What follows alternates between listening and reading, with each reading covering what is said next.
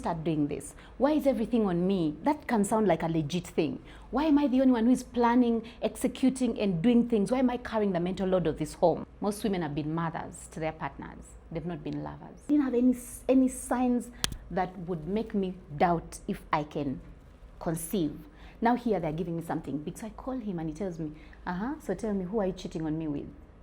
Man, I was crushed.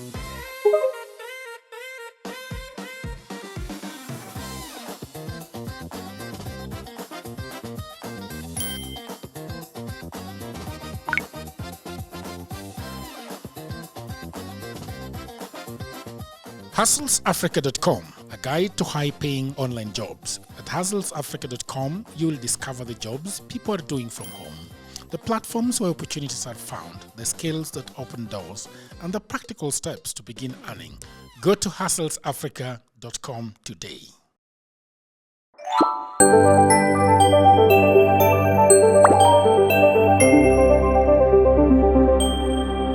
Hello there, people of the internet. My name is Udo Jagero, and this is Dialogues with Jagero.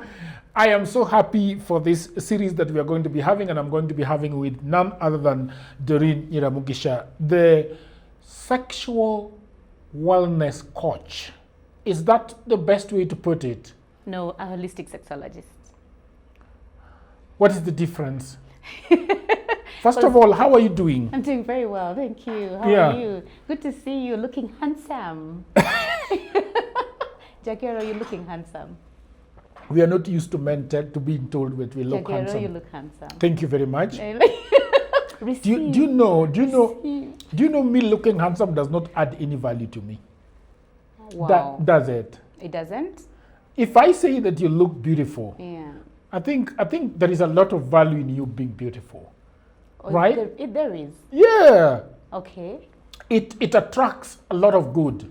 In the woman or the man? The woman. Like somebody can just decide to give you a Range Rover because you're beautiful. Yeah. There's nobody's going to give me a Range Rover because I'm handsome. Is there?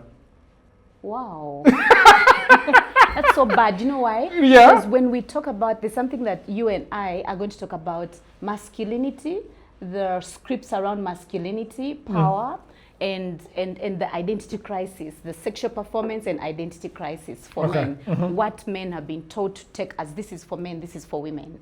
I know men fall in love with what they see and women fall in love with what they hear, but I care for a man that looks good. It matters. And so if it matters, it should matter to you. Well, how does it matter? It matters because also consensuality is what I see, how you smell like and how you look like matter to how I connect with you. Okay. I think for us men, if you say that we look handsome, because your value has been put in performance. Yeah. Your worthiness has been put in performance, endurance, erections. It's not been put in other things, in other aspects that are also about you. Like you're a whole person. Those things matter too, but you're also whole. Yeah. Yeah, and how you look is very important. It gives you the confidence. I think so. Yeah, because most men's confidence has been coming from somewhere else. Yeah, and I'm not saying that they should be, high hung on how they look like, but we care how they look like. Yeah. That's good to hear. Yeah. I can take that home. So Jagero, you look handsome. Thank you very much. You look beautiful. There is a photo of yours that has gone viral on Instagram. Why did you take this photo, by the way? I wonder whether they will please take this photo, put this photo when you're editing this video so that people can see it. With you have that photo over there. That's African thing. Yeah. Oh, but that's the event we were together, actually. If you remember, the day when we're having at that Intimsi Dai. Yeah. Oh, okay. So, anyway, so I took that photo then. We had an African theme. Okay. Yeah. The 5 things no one told women about their womb after 35. That's the first series. That is the first part of the series, the first episode. Yeah. Why did you decide? Because it took you a lot of time to talk about this. So people of the internet, we are going to be talking about the woman cycle. Is that how to pronounce it? The woman cycle? I think womanhood and her stages of development, okay, her transitions and her journey. Okay. Yeah. And then we are going to be talking about hormones and how hormones affect far more than your cycle. Yeah. Right? And then we have stress directly affects the womb. Okay. And then wherever the rain starts pouring, we will go home. Okay. So that is the thing. So and then in the next episode we'll also be talking about andropause, sexual identity for men. Yeah. Yeah. What is andropause? Interesting. So before I answer you directly, there's so much confusion. My interest, my desire this year is to sit with women and men and children, and we remove the shame, the silence, the medicalization of our journeys as people. You know, we arrive into certain stages of our growing, confused, disconnected, and there's nobody to help us understand. So we have fear and shame going with them into the most beautiful portal of our lives. So there's ageism, there's shame around growth. It started a long time ago.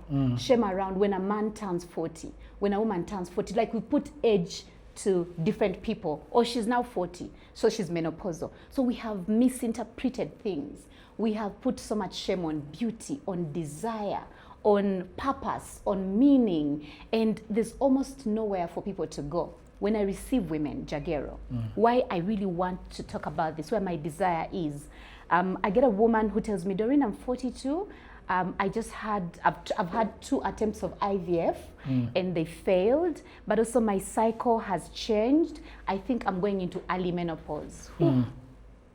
I just can't imagine how her body is sitting with that. So first of all, there's the shame that is put to the word menopause itself.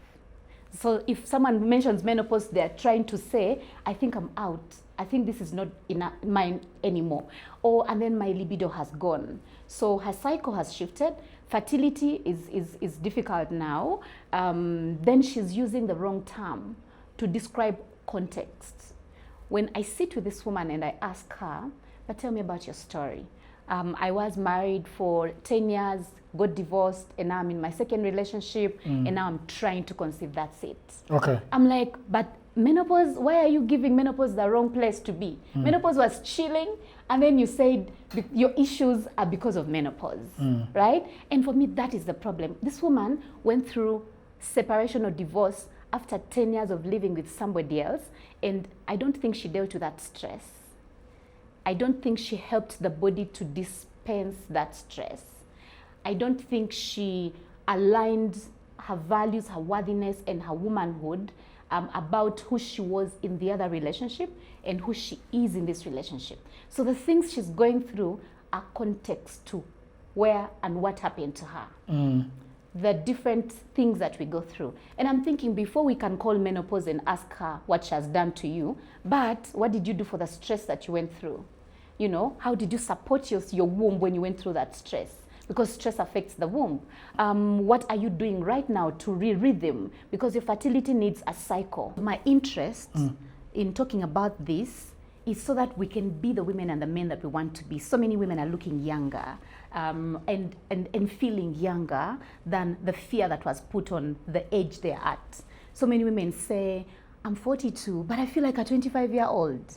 So that means there's no narrative there's no reframing happening, and you and I, Jagero, can reframe that for both men and for women, right? And for me, it's because of that confusion. Why the confusion? Because we as the society, like I'm a sexologist, I should be able to be helping women and men know how to take care of their bodies so that they can still thrive with their sexuality, which I care for them to have because it supports them. When they're enjoying sex, they don't have the issues that have been waiting for them, that people have told them to wait for them. You understand? So I need to be able to support women and men to know what care needs to be in their lives from when they connect to their sexual hormones. Meaning, I should be able to support the young boy who is getting into puberty and teaching him how to live his life so that he's connected to his body, he's connected to his mind, he's connected to his emotions, and then these do not mess him up or mess up his identity later. I should be able to help that girl know the kind of care she needs for a cycle. I should be able to help her map her cycle. I should be able to help her have wisdom, understand this is your period. This is the meaning of this blood, the color of your blood. This is the meaning of your mucus that's coming out. This is what it means when it looks this color and this color and this color now. This is what it means when you think like this, when you're more reflective, when you're more social, when you're more analytical. Your brain has different energies affect your brain differently, so that she's not confused. From an early age, the moment she hits puberty, her brain is going to be doing a number on her. No one is giving her language for that. So we should be giving people language for how their bodies are supposed to perform naturally before we can fix them. Okay. So we arrive at 35. Why? Do you know why we say 35? Because midlife starts from 35 to 65, right? So midlife is not a pathology. Pathology means it's not supposed to be a disease to deal with. It's supposed to be a portal to enjoy. Okay. Right? And that for me is the reason for the conversation. When I saw that post go, as I see it, it's really getting traction. It's giving me the context that actually there's no language for this. If we just keep in our offices waiting for 1-2 clients to come to us, instead of going out and doing the change that is needed, talking to people as we are supposed to, it's not really helping us. So we need to talk to our boys. You and I do this work, we're going to talk to the boys, then we talk to the girls, so they can reach at 35 without that confusion. Okay. Yeah. That is understood. Now, you are saying that at 35, women see some things in their lives. Yeah. The cycles become shorter, they become longer, they become heavier, more irregular. Sometimes there is a word there that you're using, anovulation. Anovulatory. Anovulatory. Okay. So, perhaps we go back before 35 and trace the woman. Yes. All right? Yeah. We are also going to be tracing the man in another episode. Yeah. So for now, let's trace the woman, the young girl. Yeah. Can you, for mothers, let's say parents that are raising girls, I have a 10-year-old girl, okay? Take me through her journey to 35. Good, thank you. Yeah. And that is what we are supposed to do. Because somebody commented and said, why are we normalizing menopause and perimenopause? Why not? Because we are going to get there anyway, but they're not a problem to fix. Yeah. To begin with, we're not normalizing them as painful things. We should not normalize them as things to medicate. We should normalize them as portals of rebirth. Like, I'm becoming something. I'm growing into something more powerful. We grow into more power. We don't decline out of power. So the kind of support needed. If I just tell you the 5 things that I see, or most women might notice as subtle whispers, the reason why I'm going to take you through the woman's journey from puberty to 35 is so that the woman can work with her body. The body whispers. The body talks in sensation, in different temperatures, in your cycle, giving you certain cues. Not that it's a problem, but it's telling you, hey, the body talks to us so that we can become friends with it. We listen.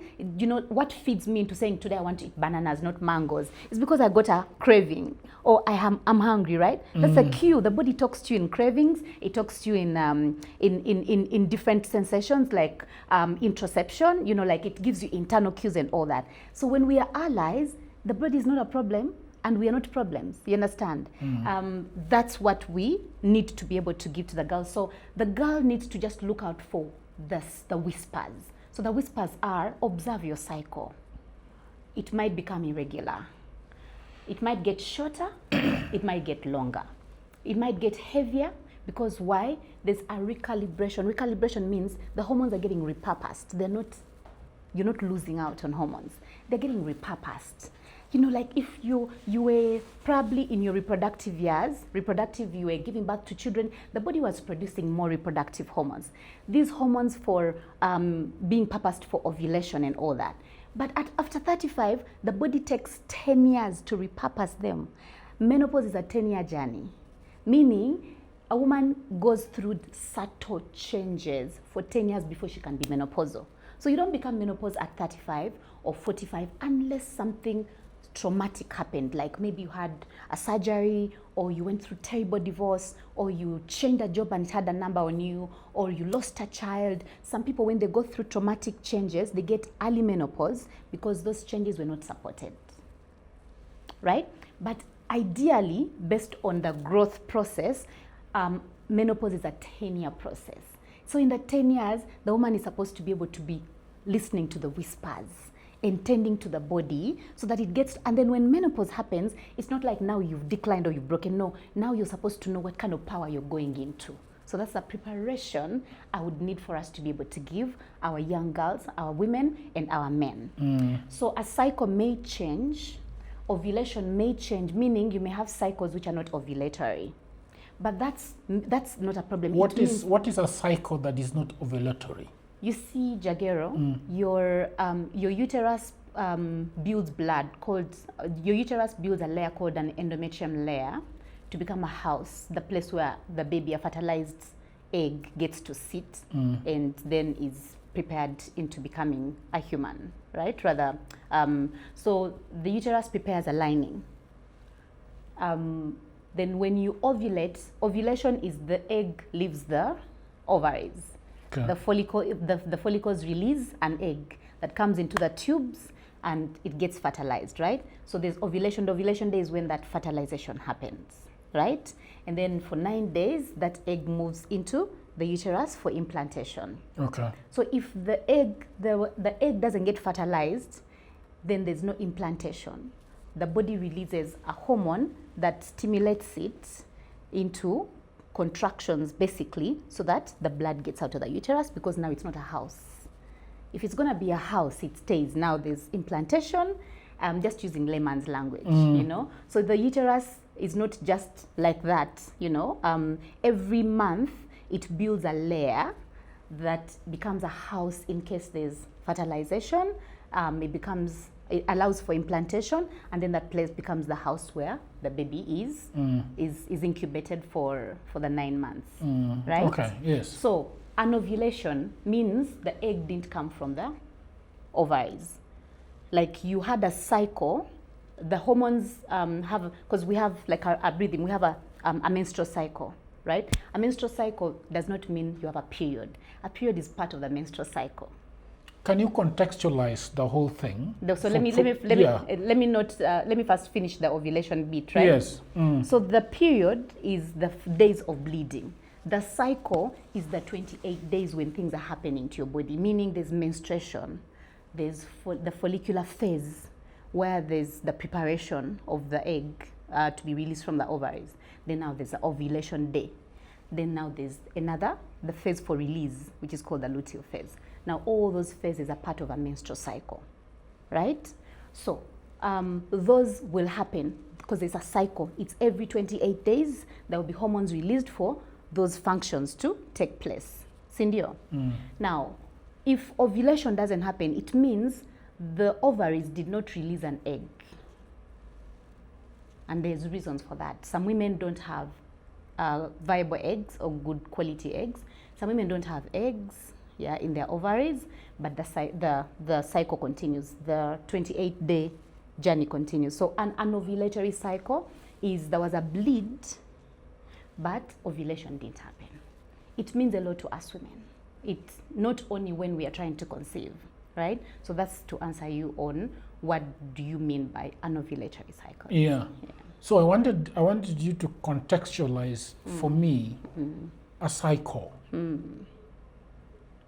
Because one of the things I've heard a lot of men complain that they are completely in the dark Yeah.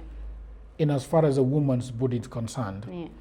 The women who have got partners do not sit the men down Yeah. for them to understand Yeah. what really a cycle means. Yeah. They're also talking about safe days, they're talking about this and that.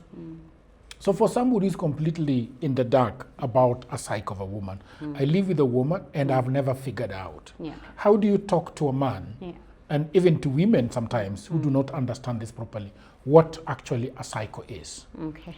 Yeah. Interesting, and I'll make it as simple as possible. Yes. I won't over medicalize it. Why I think I like that question is one, that men are interested. We feel ununderstood. We feel unseen. We feel unsupported in this journey called womanhood.